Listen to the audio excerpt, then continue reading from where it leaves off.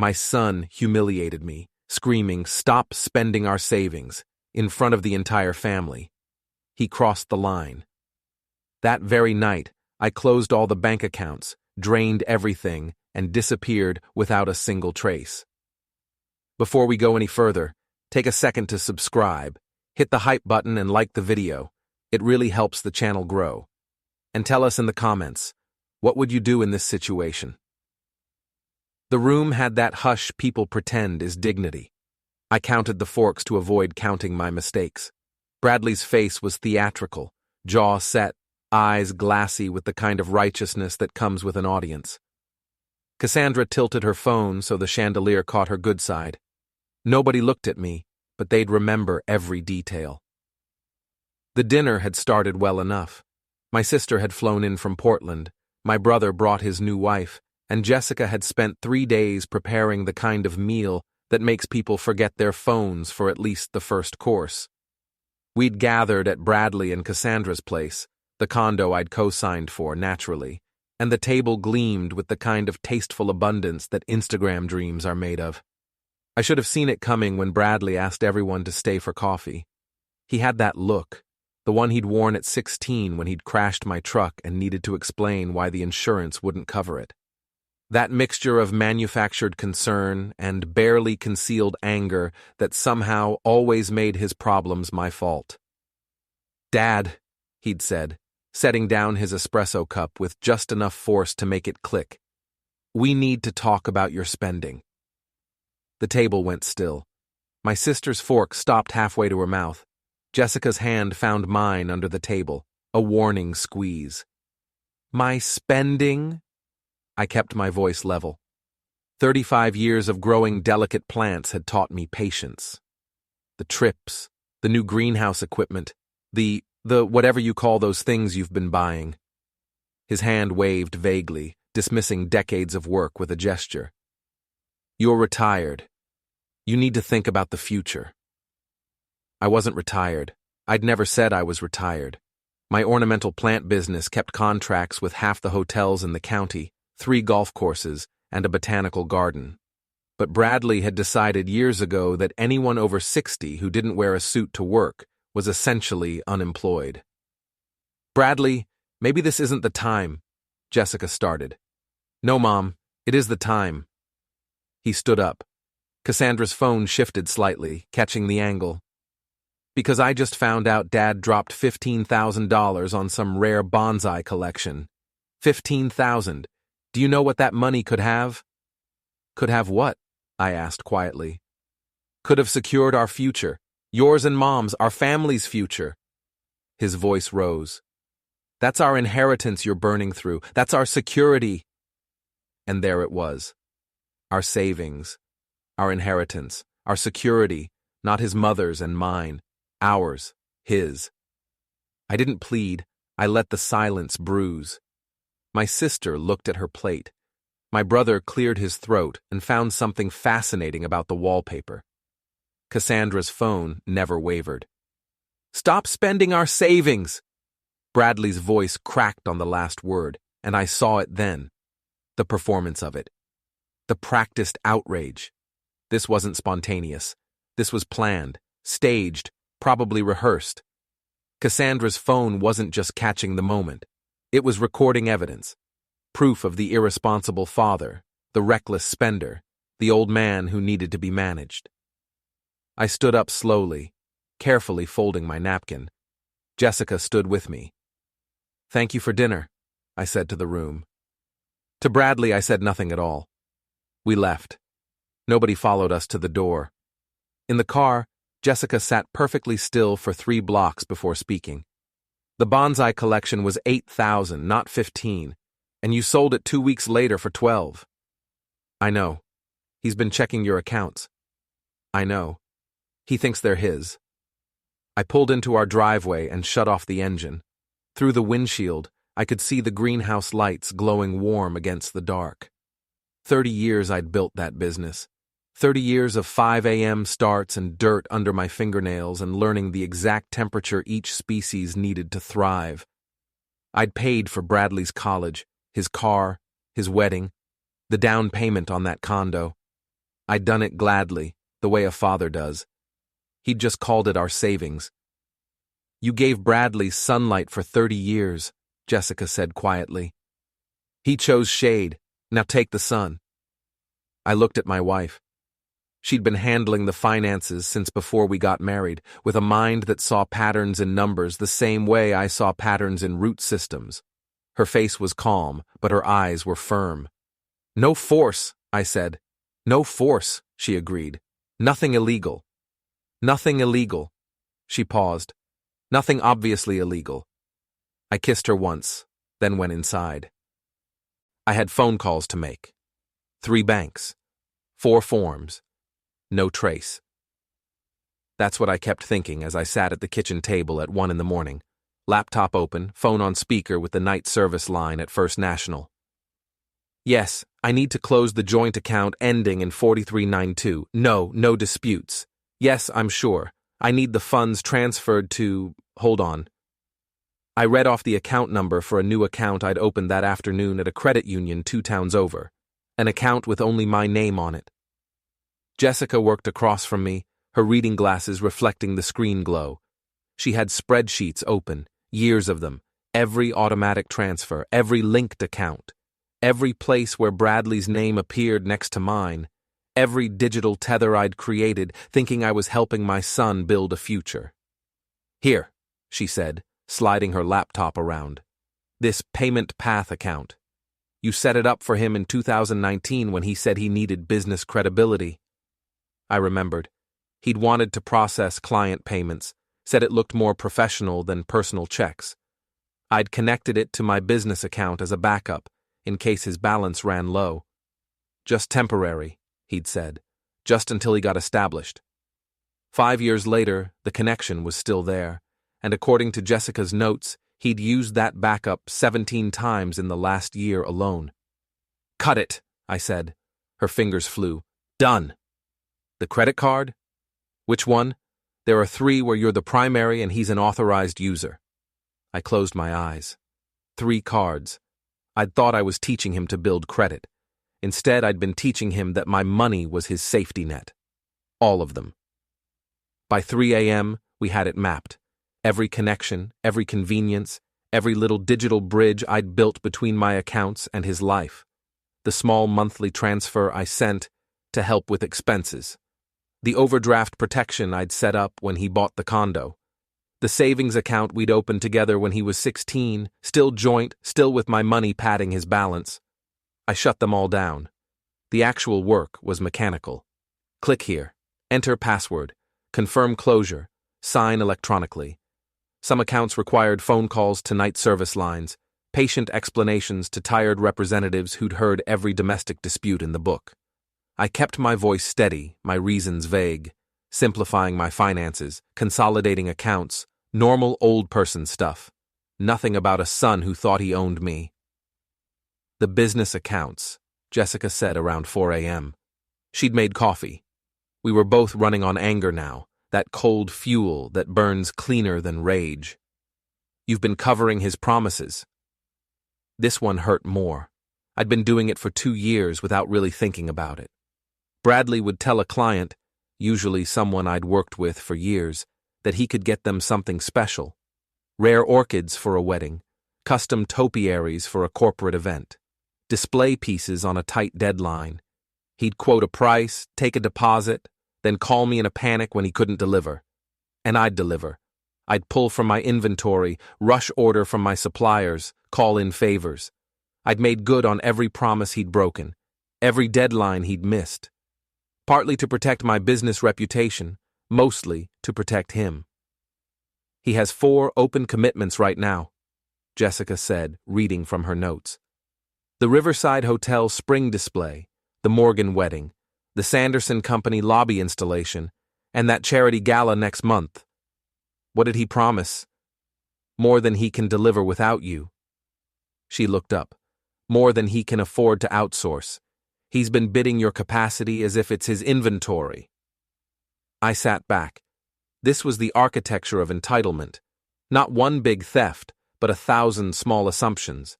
The belief that my greenhouse was his warehouse.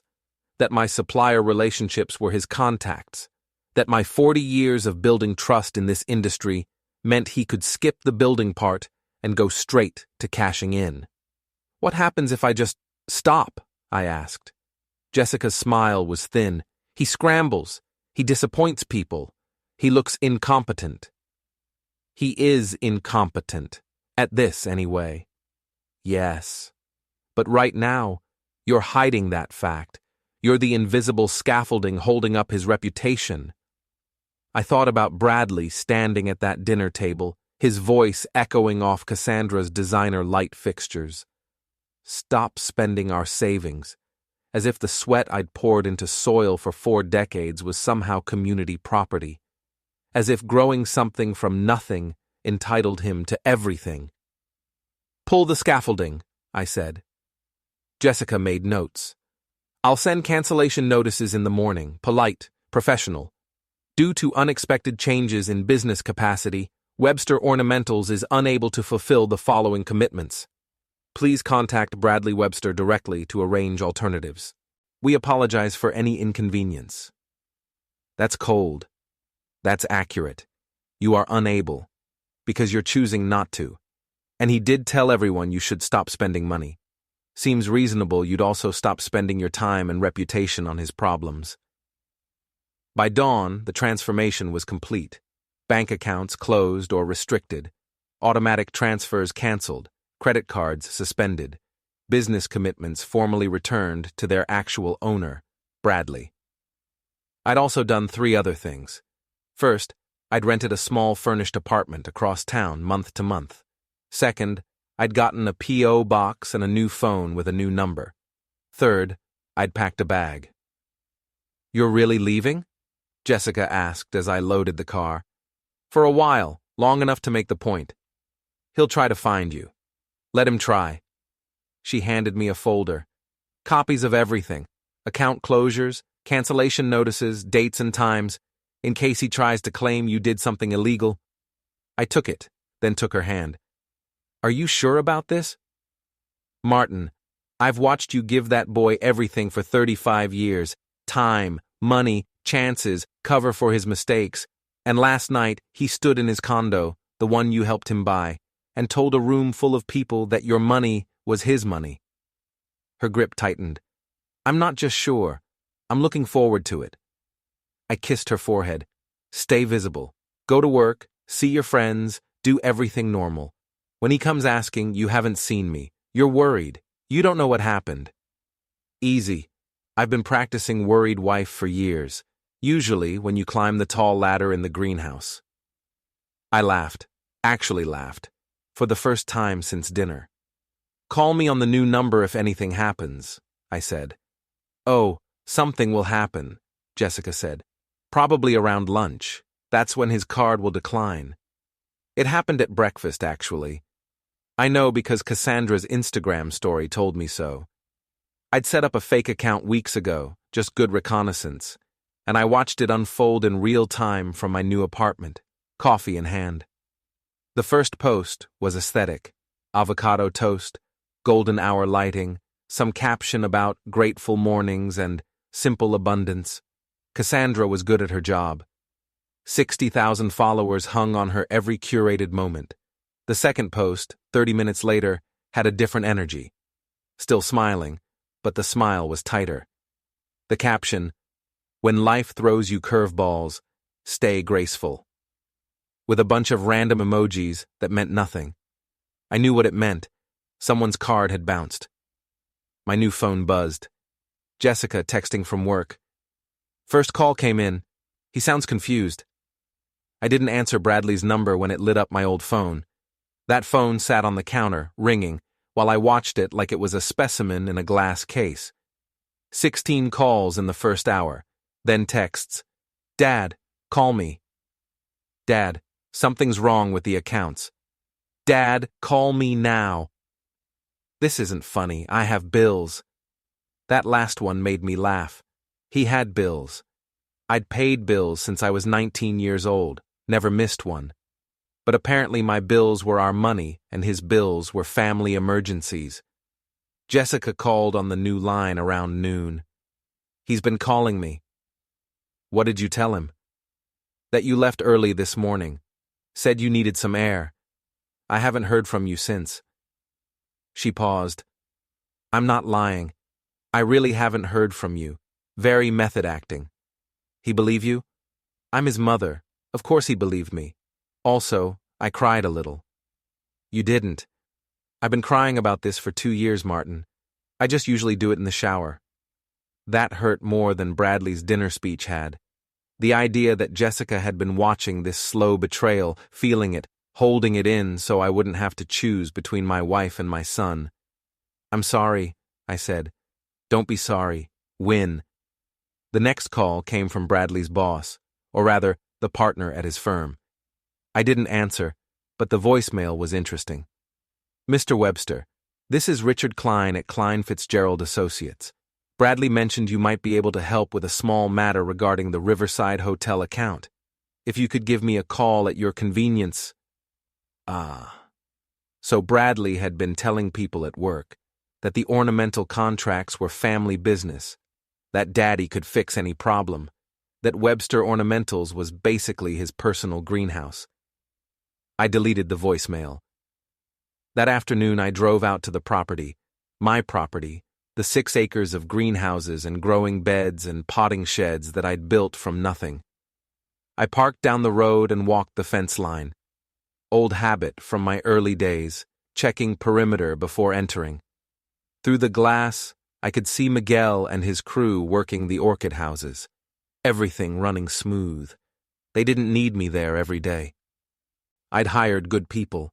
What they didn't know was that I'd changed the locks last night, and the security codes, and removed Bradley's name from every vendor account, every supplier relationship, every place where he'd claimed association with my business. When I'd started Webster Ornamentals, I'd thought someday Bradley might want it. Might learn to love the slow magic of growing things, the patience it requires, the humble satisfaction of making something beautiful. Instead, he'd learned to love the idea of owning it without the work of running it. My phone buzzed. New text from an unknown number. Mr. Webster, this is Diane Chen from Riverside Hotel. We received notice that Webster Ornamentals is withdrawing from our spring display contract. I'm confused because Bradley Webster assured us just last week that everything was on schedule. Could you please clarify? I typed back. Ms. Chen, I apologize for any confusion. Bradley Webster is not affiliated with Webster Ornamentals' operational capacity. I recommend contacting him directly regarding any commitments he made. Best regards, Martin Webster. Professional, polite, devastating. 3 more texts came in over the next hour. The Morgan wedding coordinator, the Sanderson Company facilities manager, all confused, all told by Bradley that everything was fine, all now realizing that everything was not fine. But the one that mattered came at 6 p.m., just as the sun started to slide behind the greenhouse roof peaks. Dad, we need to talk, tonight. This is serious. I looked at that message for a long time. Part of me, the father part, the part that remembered teaching him to ride a bike and helping with algebra homework, wanted to answer, wanted to fix it, whatever it was. That's what fathers do. But another part of me remembered his face at that dinner, the calculated outrage, the performance of concern, the easy way he'd called my life's work our savings. Jessica texted, "He's coming to the house. Should I let him in?" Your choice, but you haven't heard from me. You're worried. I'm very worried, she wrote back. Worried he might understand consequences for once. 20 minutes later, another text. He's here. Wants to check your office for clues. I'm playing confused wife. This is actually fun. I smiled. 40 years married, and I was still discovering new sides of Jessica Webster. My phone rang. The old one. Bradley again. I let it go to voicemail. Dad, I don't know what's going on, but people are calling me. Vendors, clients, my boss. They're saying you canceled things, that you're backing out of commitments. That's not... You can't just do this. These are contracts. These are my professional relationships. Call me back. Please. The please almost got me. Almost. Instead, I opened my laptop and started making a list. Every delivery, every commitment, every promise Bradley had made using my resources. Jessica had sent me the files. Now, I needed to organize them. Timeline them. Make them tell a story. Because this wasn't about revenge, not really. This was about truth. About showing Bradley and everyone else what the real architecture looked like when you removed the invisible supports. My phone buzzed again. This time, it was a photo from Jessica. Bradley's car in our driveway, his silhouette visible through the kitchen window, head in his hands. Her caption, Act 2. I texted back. How is he? Panicking. He found your office locked, found your files missing. He's asking questions I can't answer because I don't know where you are, Martin. I'm so worried about you. The next message was just for me. He's scrambling. It's working. I sat back in my temporary apartment, drinking cheap coffee, watching the sun fade through unfamiliar windows. Somewhere across town, my son was discovering that the ground he'd been standing on was never solid. It was just me, holding him up, letting him believe he'd built something himself. Tomorrow, the calls would spread. Word would get around. Bradley Webster couldn't deliver. Bradley Webster had promised things he couldn't produce. Bradley Webster's father, the real Webster ornamentals, wasn't covering for him anymore. Tomorrow, the consequences would compound. Tonight, I just let him panic. The first crack appeared on Thursday morning. Jessica forwarded me an email from the Riverside Hotel events coordinator. Professional, polite, and absolutely final. Dear Mr. and Mrs. Webster, due to recent developments regarding contract fulfillment, Riverside Hotel has decided to pursue alternative vendors for our spring display. We appreciate your past service to our property. Best regards. Past service? Jessica had written in her note. They're already talking about you in past tense. But here's the thing. They weren't talking about me at all. The email was addressed to me, but the damage was landing on Bradley. I'd been careful about that. Every cancellation notice, every withdrawal, I'd made it clear.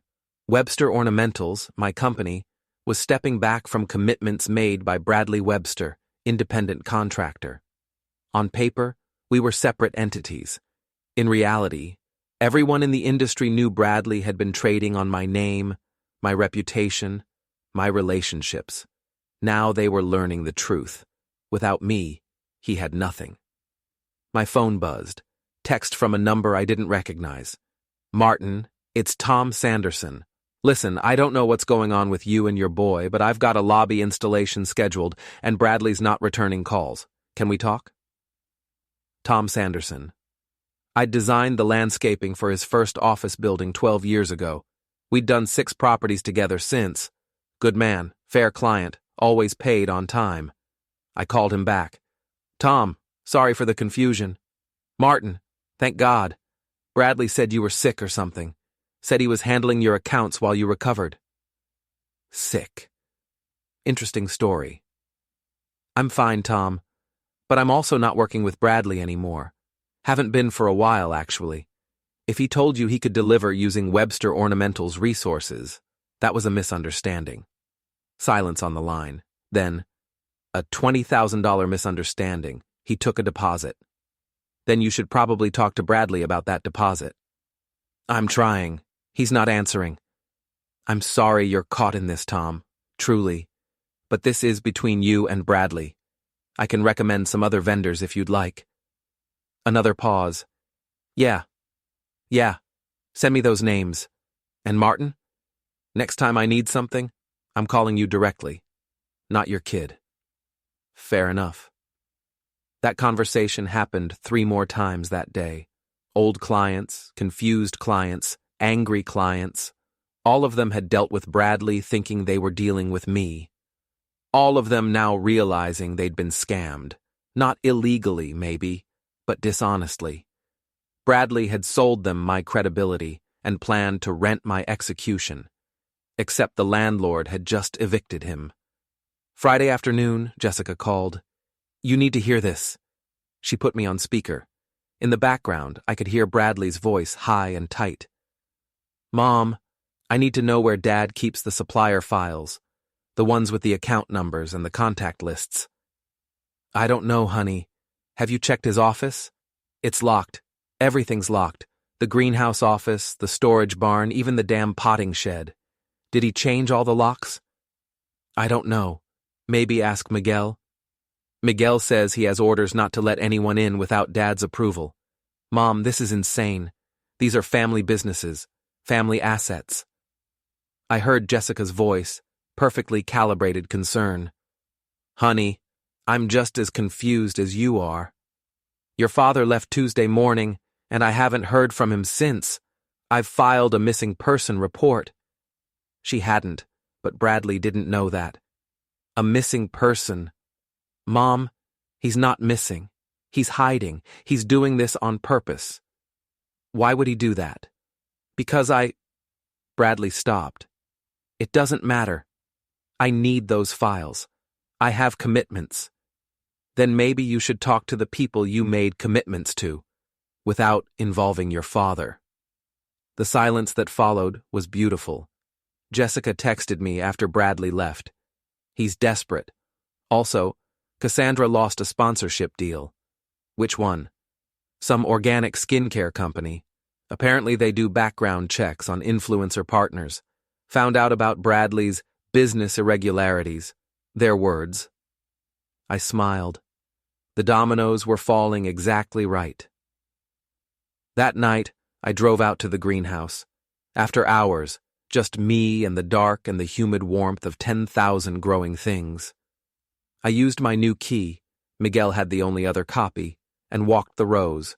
Orchids and ferns and bonsai in various stages of becoming. Each one a small lesson in patience. I'd learned that patience young. My father had owned a hardware store, worked 6 days a week until the day he had his heart attack at the register. 62 years old, collapsed while reaching for someone's change. I was 23, newly married, no idea what I was doing. The store failed within a year, but I'd learned something from watching it fail.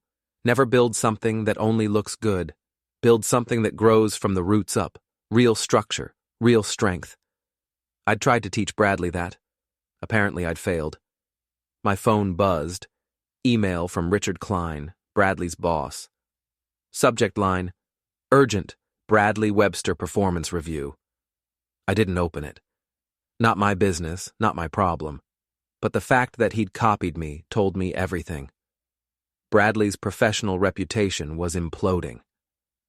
Saturday morning brought the first real confrontation. I was at the apartment, working through paperwork, all the documentation Jessica and I had compiled, organizing it, making it tell a story, when my old phone rang. Not Bradley this time. Cassandra.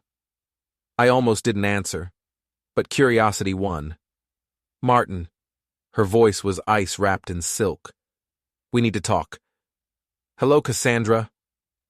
"What are you doing?" "Right now, reading. It's peaceful here."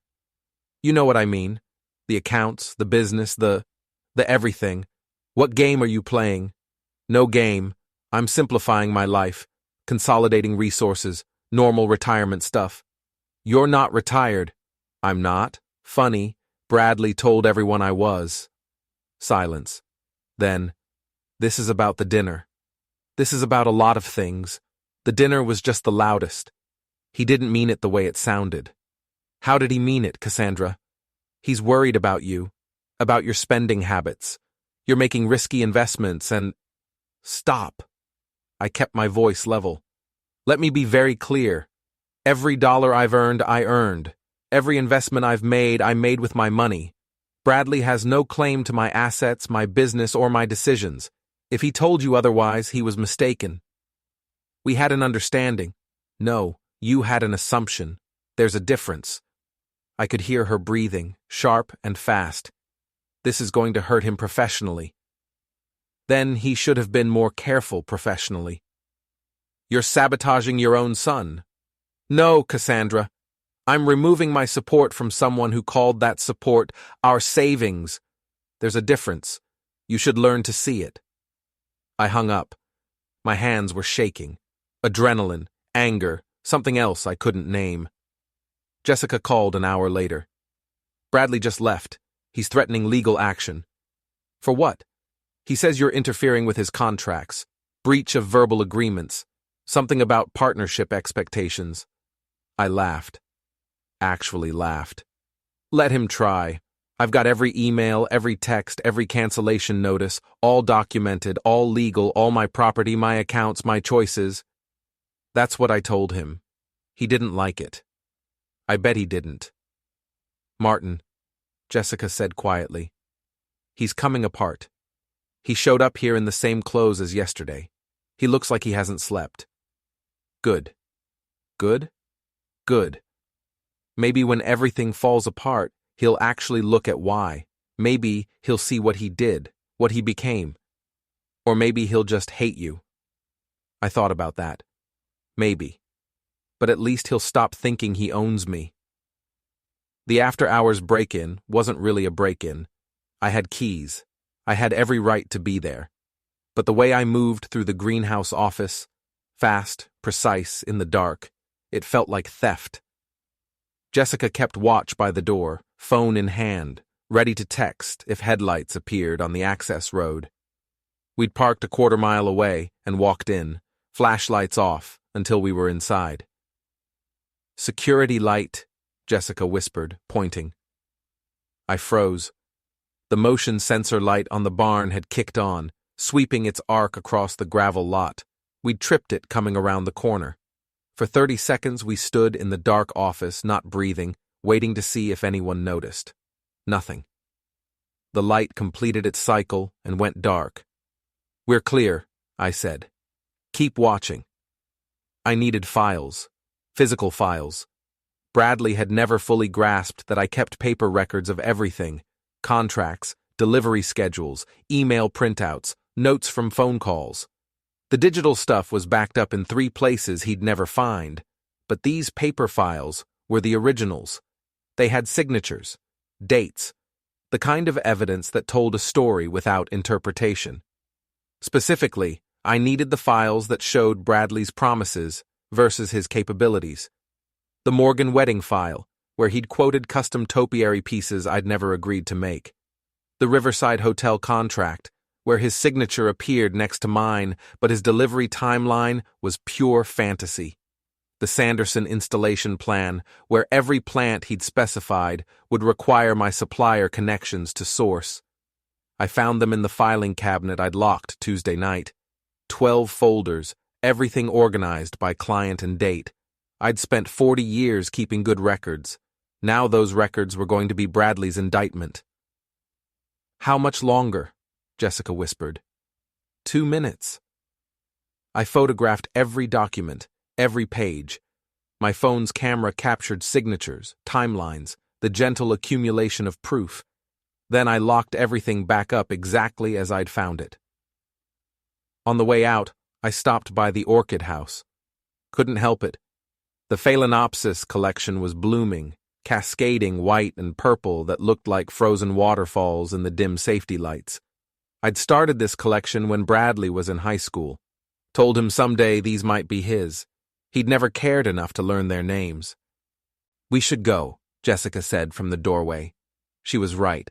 We walked back to the car in silence through the dark access road, flashlights still off. I knew every rock and root on this property. Bradley could have known them too. We got home after midnight. I didn't go inside, still maintaining the fiction that I'd vanished, but I walked Jessica to the door. "Tomorrow," she said. "He has that presentation." "The one for his firm?" "The one where he's supposed to pitch the expanded ornamental services division. The one that assumes Webster ornamentals is part of the package." I smiled in the dark. That should be interesting. "Martin, they're going to ask him direct questions. About capacity, about vendor relationships, about contracts. What's he going to say?" "The truth, I hope." That would be novel. She kissed me once, fierce and quick. This is the hard part, where it starts to hurt him in front of people he respects. Are you ready for that? I thought about it. Was I ready to watch my son fail publicly, to see his professional reputation crack? He called my life's work our savings, I said. He stood in front of my family and made me small, made my work invisible, made 40 years of sweat and dirt and early mornings sound like I was stealing from his inheritance. So that's a yes. That's a yes. I drove back to my apartment and didn't sleep. Instead, I worked on the timeline Jessica and I had been building. A visual representation of every promise Bradley had made, every resource he'd assumed, every gap between what he'd sold and what he could actually deliver. Tomorrow he'd present to the partners at his firm. He'd talk about expansion opportunities and market positioning. He'd probably mention Webster Ornamentals as a family business ready to scale. And I'd already sent Richard Klein an email from my business account, professional and clean, clarifying that Webster Ornamentals was not affiliated with Bradley Webster's consulting work, would not be expanding into any new partnerships, and wished Bradley the best in his independent endeavors. The email was time-stamped for delivery at 9 a.m. His presentation started at 10. Sunday morning, Jessica forwarded me the first damage report, an email from the Morgan wedding planner. Mr. Webster, I've been trying to reach Bradley for 3 days regarding our topiary order. Given the wedding is in 6 weeks, I need confirmation immediately, or I'll have to source alternative vendors. Please advise. I didn't respond. Let Bradley handle the wedding he'd booked with my trees. The second message was from Cassandra's agent, forwarded by Jessica from a group thread she'd been included on by accident. Cassandra, we need to talk about the optics situation. 3 sponsors have reached out asking about Bradley's business practices. I'm handling it, but I need you to stay offline for 48 hours. No posts, no stories, no comments. Radio silence while we do damage control. Radio silence. For an influencer, that was professional exile. My phone buzzed. New text from an unknown number. Dad, it's me. New phone. Old one got shut off. We need to talk. The presentation is tomorrow and I need you to confirm some capacity numbers. Please. I stared at that message, the desperation in it, the assumption that even now, even after everything, I'd swoop in and save him. Please. I deleted the message. Monday morning, I drove to a coffee shop 3 blocks from Bradley's office building, found a seat by the window, ordered black coffee, and waited. At 9:47 a.m., I saw him, walking fast, phone pressed to his ear, wearing a suit that looked slept in.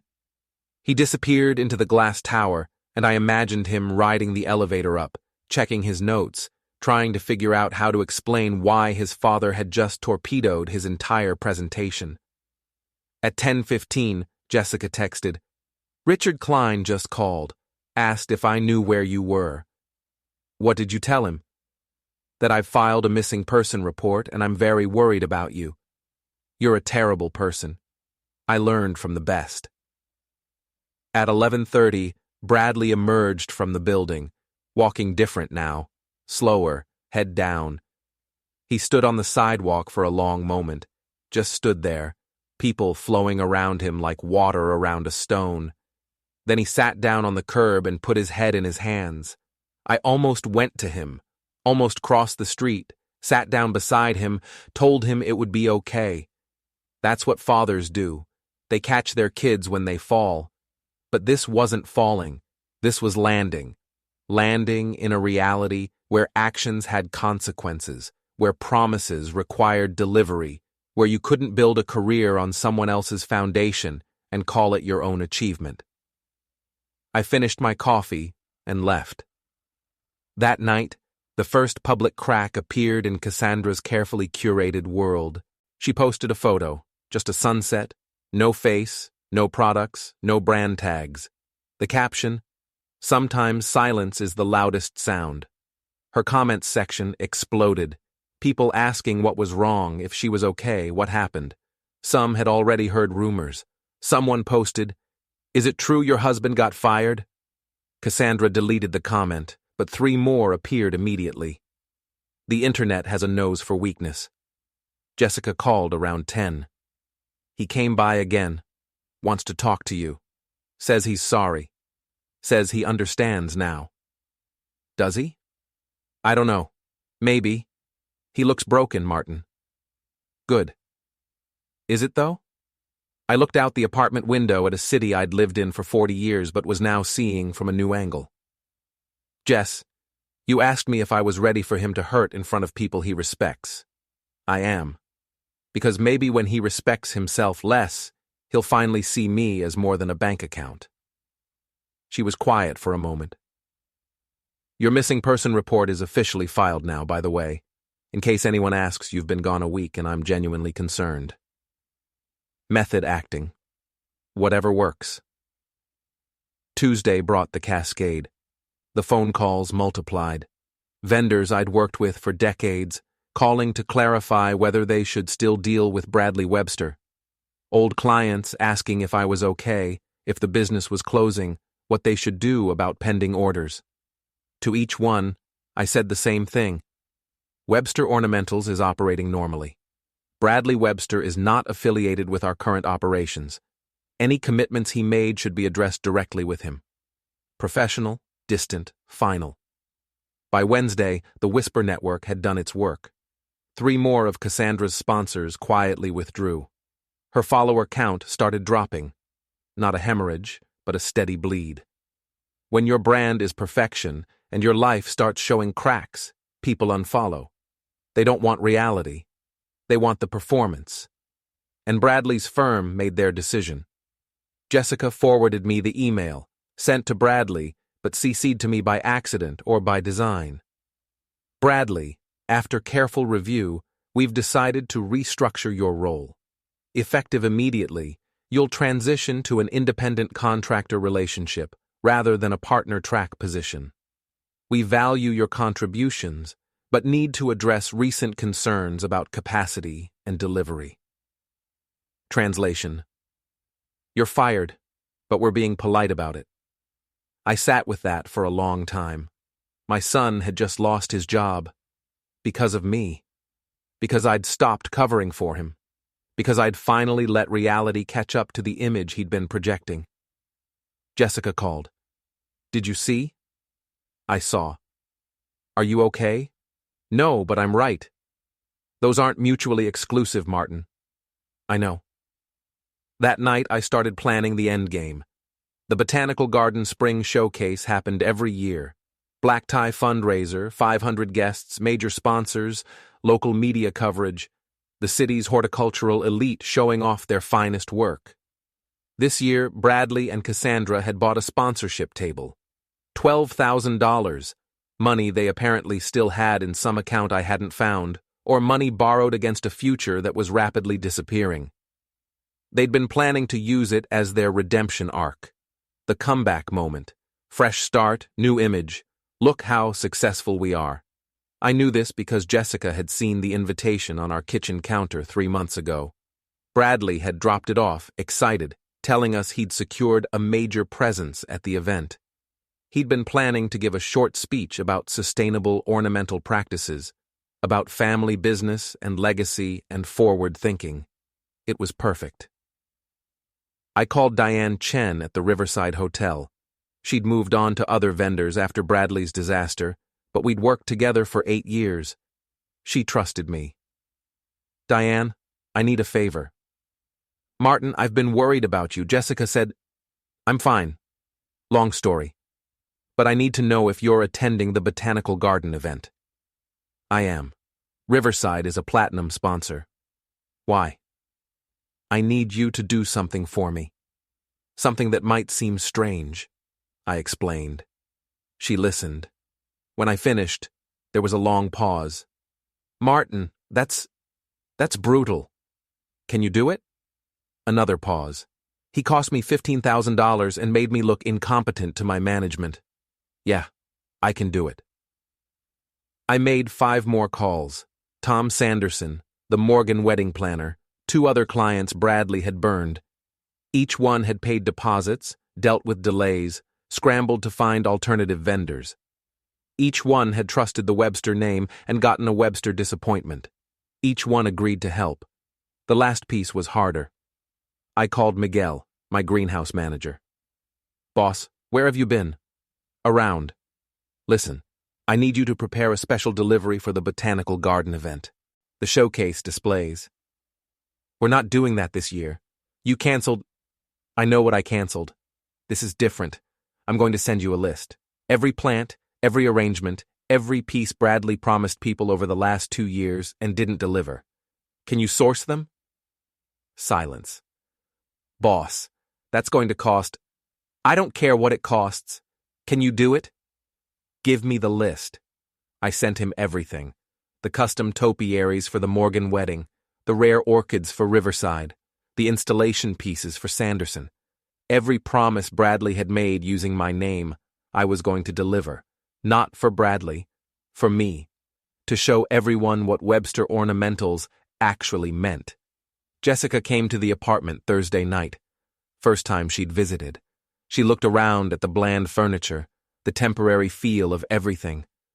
This is depressing, she said. It's functional. So is a prison cell. She sat down on the cheap sofa. I saw Bradley today. He knows about the botanical garden. How? Cassandra, she's still planning to go, wants to show her face and not let them win. I think she's in denial about how bad it is. Good. Let her be there. Jessica looked at me. You're really going to do this? In front of everyone? I'm really going to do this. It's going to destroy him publicly, not just professionally, personally, socially, everything. I nodded. He destroyed me publicly, at a family dinner, in front of people I loved. He called my life's work our savings, like I was a trust fund he was entitled to. He made me invisible. So, you're going to make him invisible? No. I'm going to make him visible. I'm going to show everyone exactly what he is without me propping him up. She took my hand. Okay, then I'm in, all the way. You already are. No, I mean, I'm done playing worried wife. I'm done pretending I don't know where you are. If we're doing this, we're doing it together. Both of us. Visible. I looked at my wife. 40 years. She'd been my partner in everything. Building the business, raising Bradley, weathering every storm. And now she was my partner in this. Saturday night, I said. Doors open at 7. Bradley's scheduled to speak at 8:30. When do we arrive? 8:15, just late enough to make an entrance. Friday passed in a blur of preparation. Miguel sent photos of the display he was assembling. It was beautiful. Everything Bradley had promised people, everything he'd failed to deliver, all arranged in one stunning showcase. Each arrangement had a small card. Promise to, client name, by Bradley Webster, delivered by Webster Ornamentals. Evidence as art. I printed documents, every email, every text, every contract Bradley had signed, every promise versus every failure. I compiled them in a folder, thick, professional, indexed. If anyone wanted proof, they'd have it. Diane Chen texted, Confirmed, I'll have the display screen ready. Send me the timeline file. I sent her the visual timeline Jessica and I had created. Months of Bradley's promises, tracked against delivery dates. Red for missed, yellow for late, green for fulfilled. And there were only 3 green entries, all from before I'd cut him off. The graph looked like a hemorrhage. Saturday morning, I went to the greenhouse one last time before the event, walked the rows, checked the displays Miguel had prepared. Everything was perfect. My life's work, condensed into flowers and branches and carefully trained growth. Evidence that time and patience and skill create something real. Bradley had wanted this business, had wanted to attach his name to it, but he'd never wanted to learn it. Never wanted to wake up at 5 a.m. to check temperatures. Never wanted to spend hours training a branch into an unnatural shape, waiting months to see if it would hold. He'd wanted the harvest without the planting. It looks good, boss, Miguel said, coming up beside me. Really good. It should. It's 40 years of learning. What happens after tonight? After tonight, Everyone knows what Webster ornamentals really means, and what it doesn't. I left the greenhouse around noon, spent the afternoon at the apartment resting, thinking. Jessica called around 5. I'm getting dressed. You? Soon. Nervous? Excited. Good. He deserves this, Martin. Don't lose sight of that. I didn't lose sight. I got dressed in the suit I'd bought for this occasion. Not expensive, but new, fresh, like I was starting something instead of ending it. Drove to Jessica's around 7:30. She was waiting outside, wearing the blue dress she'd worn to Bradley's wedding. The symbolism wasn't lost on me. Ready? She asked. Let's go. We drove to the botanical garden in comfortable silence. The kind of silence 40 years of marriage earns you. As we pulled into the parking lot, I saw the lights, the valets, the elegant people streaming toward the entrance. Old clients, competitors, industry people, everyone who mattered in our world. And somewhere inside, Bradley and Cassandra were waiting for their moment, their comeback, their redemption. Instead, they were about to get truth. We walked toward the entrance, arm in arm. Jessica squeezed my elbow once. No mercy? She asked. No mercy, I confirmed. The Botanical Gardens event hall glowed with warm light and the subtle green of thousands of living things. Enormous arrangements flanked the entrance. Not mine, not this time. Inside, the space opened into a carefully designed maze of displays, each one a showcase from a different vendor, grower, or designer. We signed in at 8:17. The volunteer at the registration desk did a double take. Mr. Webster, we'd heard you were, we didn't expect. Surprises keep life interesting, I said, taking our name badges. The first person to spot us was Tom Sanderson. He'd been waiting near the bar, and the moment he saw me, he set down his drink and walked over. We shook hands firmly. You look good for a missing person, he said. I was never lost. Just quiet. Quiet's over now? Quiet's over now. Jessica touched my arm. There. Across the room, near the north display corridor, I saw them. Bradley in a rented tuxedo that fit wrong. Cassandra in something expensive and strategic, her phone already out, already capturing. They hadn't seen us yet. Before this starts, I said to Tom, I need you to know something. What I asked you to do tonight, you don't have to. If you want to walk away. Martin, he took $20,000 from me and delivered nothing. He lied to my face, used your name like it was his to use. Whatever you have planned, I'm in. Diane Chen joined us, champagne in hand. Is it time? Soon, I said. Let him have his moment first. The evening program listed Bradley's speech at 8:30. The topic, Sustainable Legacy, Building Tomorrow's Green Spaces with Yesterday's Values. The irony was almost painful. At 8:25, the MC, some local television personality who did these events, took the stage and began his introduction. I watched Bradley stand up, smooth his jacket, touch Cassandra's shoulder. She gave him what I'm sure was meant to be an encouraging smile, but looked more like a hostage's brave face. He walked to the stage. The applause was polite. Professional. No one knew yet. They still saw him as Webster's son, industry adjacent, someone with potential. Good evening, Bradley began. His voice carried well. He'd practiced this. I want to talk tonight about legacy, about what it means to inherit not just a business but a responsibility, a craft, a name that means something. Jessica's fingers found mine. Bradley continued. Webster Ornamentals has been a cornerstone of this community for decades. My father built something remarkable, something lasting, and I'm honored to carry that forward, to take his vision and expand it, to bring it into the 21st century while maintaining the values that made it great. I felt my jaw tighten. He was still doing it. Still claiming my work, still using I and my father's vision in the same breath like they were connected, like he'd earned the connection. In the coming months, Bradley said, We'll be announcing major expansions, new partnerships, innovative approaches to sustainable design. Webster Ornamentals isn't just continuing, it's evolving, and I'm excited to lead that evolution. That's when I moved, quietly, smoothly, from the back of the room toward the stage. People noticed. Heads turned. The whisper started, spreading like roots through soil. Martin Webster. He's here. I thought he was missing. Bradley saw the commotion but didn't understand it yet. He kept talking, something about innovation and tradition. But his eyes tracked the movement, the shifting attention. I reached the stage steps. The MC looked confused.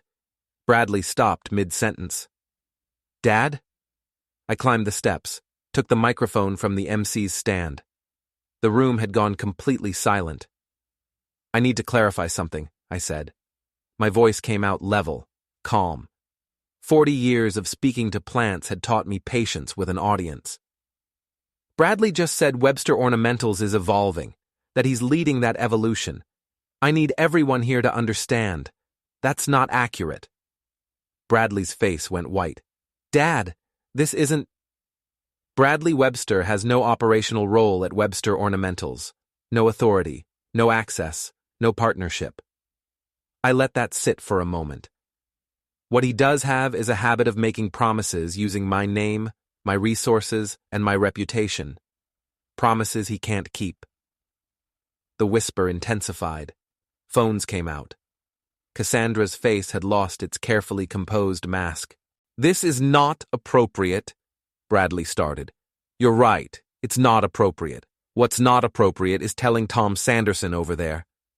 I pointed, and Tom raised his hand slightly, confirming that you could deliver a $20,000 installation using my supplier relationships, then not delivering, not responding to his calls, leaving him scrambling. Tom nodded.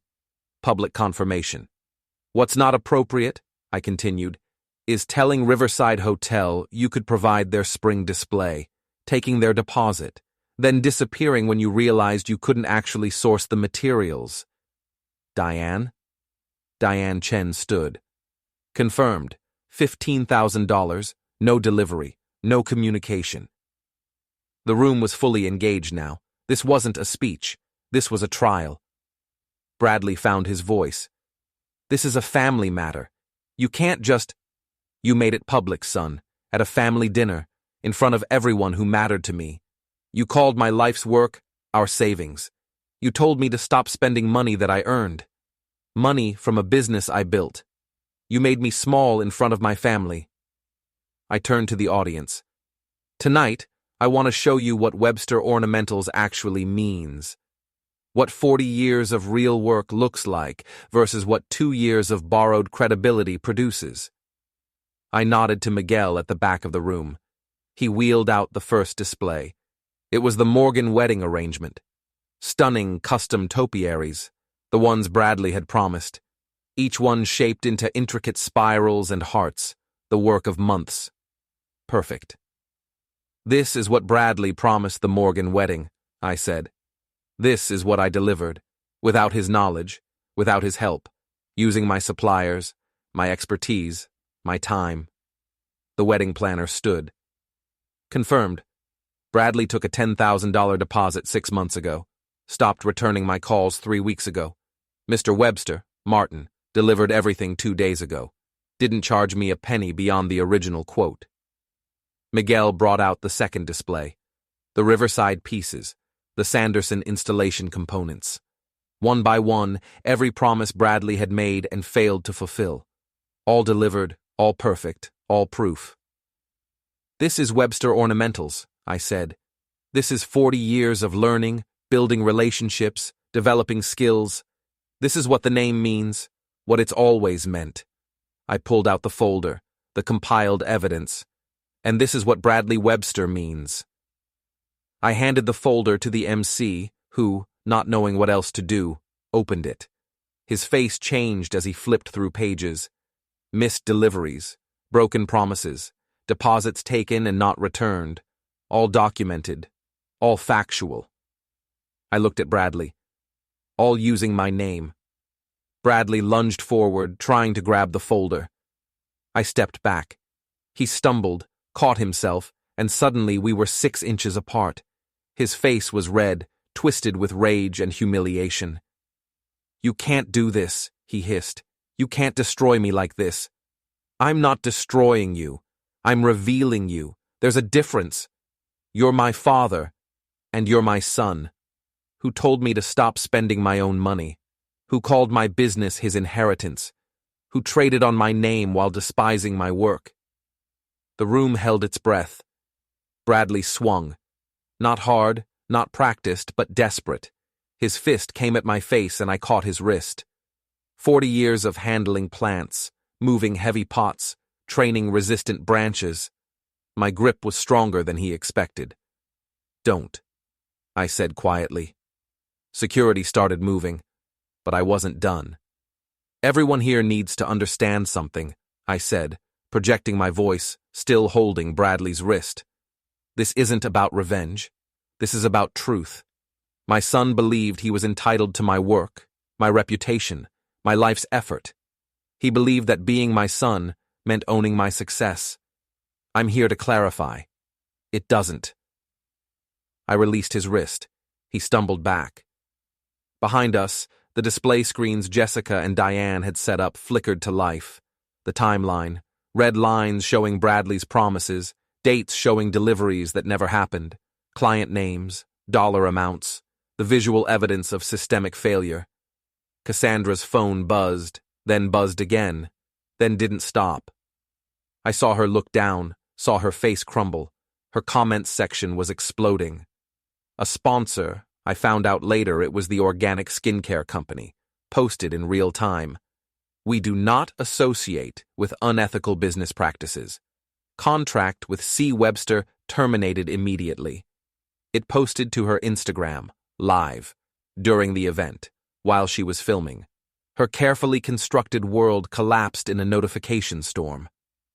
"Mr. Webster," a voice from the audience, Richard Klein, Bradley's former boss. "I wish you'd come to me sooner. We could have avoided significant complications." "You could have," I said, "by verifying credentials instead of accepting his claims." Klein's face tightened, but he nodded. Point taken. I turned back to Bradley. He was crying now. Not dramatically, just tears sliding down his face while he stood frozen on stage, every eye in the room on him. Part of me wanted to comfort him, the father part, the part that remembered teaching him to read, to ride a bike, to tie his shoes. But the man part, the part that had built something from nothing and watched his son treat it as inheritance, that part stayed hard. "You want to know what you did wrong?" I said, my voice carrying through the silent hall. "You mistook support for ownership. You thought because I helped you, my success was your success. You never built anything yourself. You never learned the patience it takes to grow something from nothing. You just assumed that my greenhouse was your warehouse, that my suppliers were your contacts, that my 40 years of building trust meant you didn't have to build any." Bradley's mouth opened, closed. He had no defense. How do you defend something that's being proven false in real time in front of hundreds of witnesses? "I loved you enough to teach you," I continued. "You loved yourself enough to think you didn't need teaching." The words hung there. Final. True. Then movement from the side of the room. A woman I didn't immediately recognize stepped forward. Late 50s, elegant, carrying authority like a well-fitted coat. "Mr. Webster," she said, "I'm Margaret Yates. I run the Horticultural Commission. I've been listening carefully." I nodded. I knew the name. Everyone in the industry did. "This is highly irregular," she continued, "but also highly clarifying. We've had concerns about Webster Ornamental's recent inconsistencies.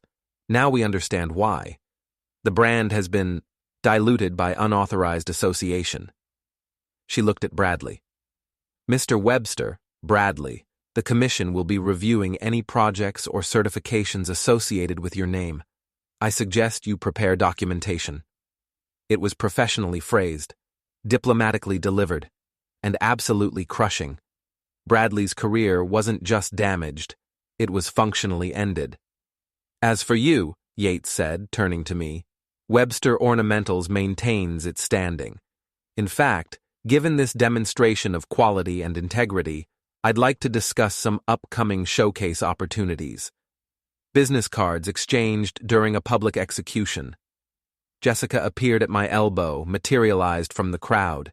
She handed me a water bottle and stood beside me. United front. 40 years of marriage in a single gesture. Cassandra was gone. I noticed her absence suddenly. She'd slipped out sometime during the confrontation. Her chair sat empty, her untouched champagne glass catching light. Bradley stood alone on the stage. "I think we're done here," I said, not to him specifically, but to the room. "I've said what needed saying, shown what needed showing."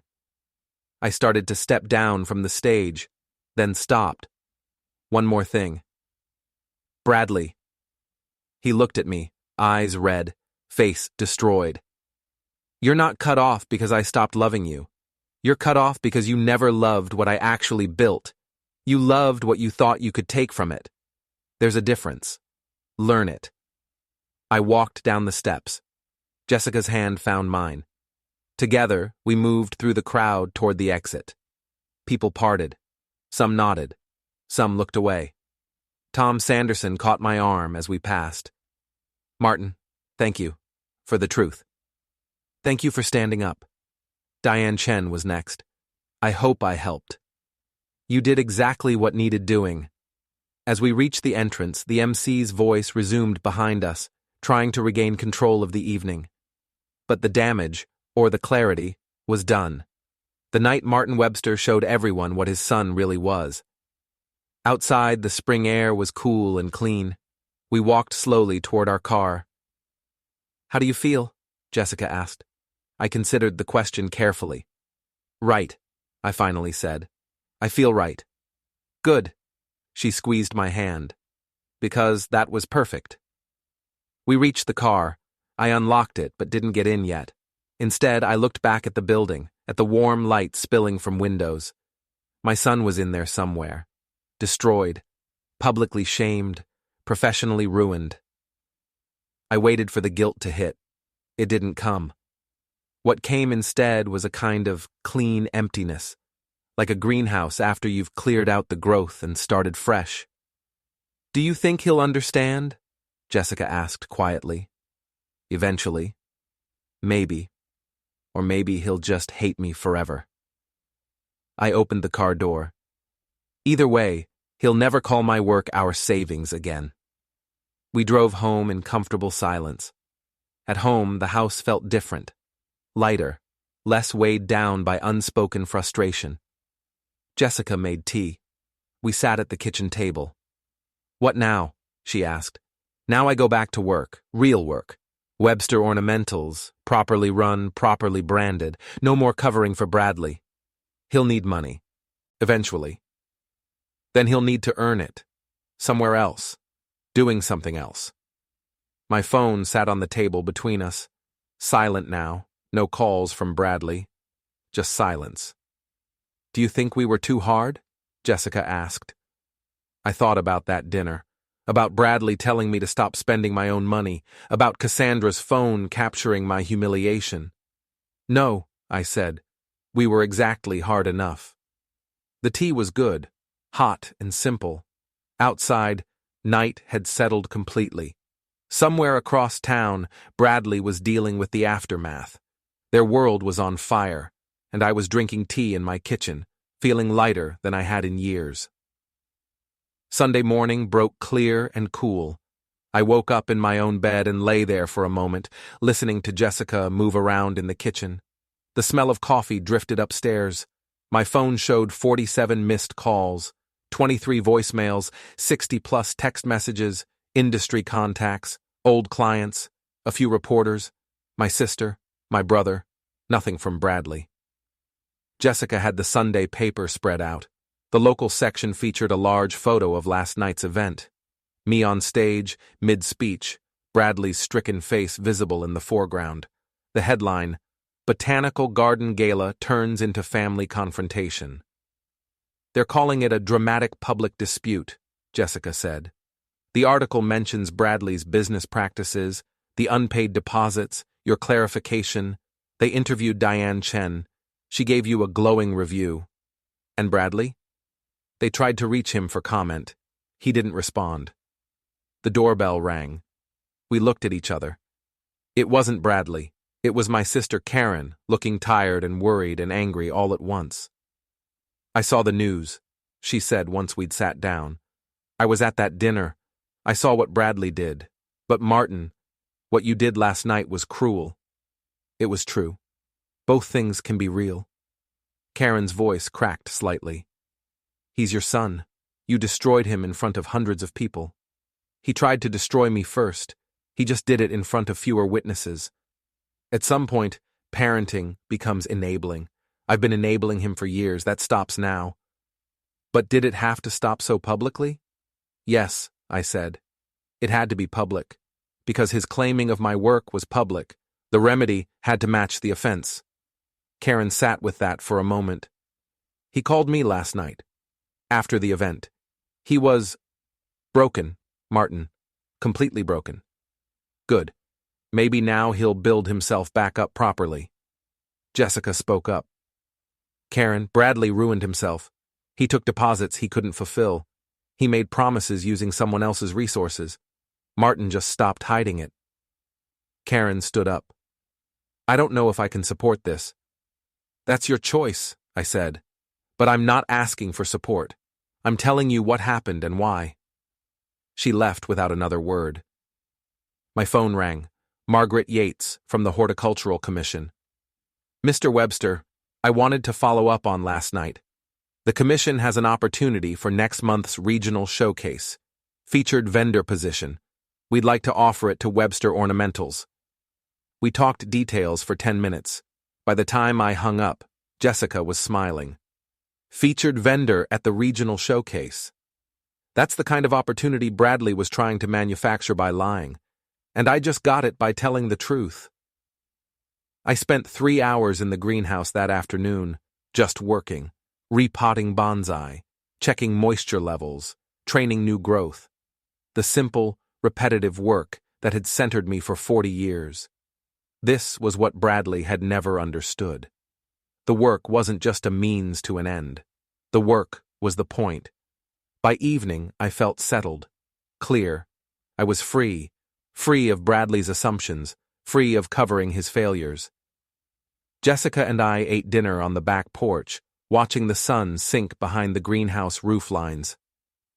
What do you think he's doing right now? She asked. Hiding, probably. Trying to figure out what comes next. Do you think he'll figure it out? I don't know, but it's not my job to figure it out for him anymore. That night, I slept better than I had in months.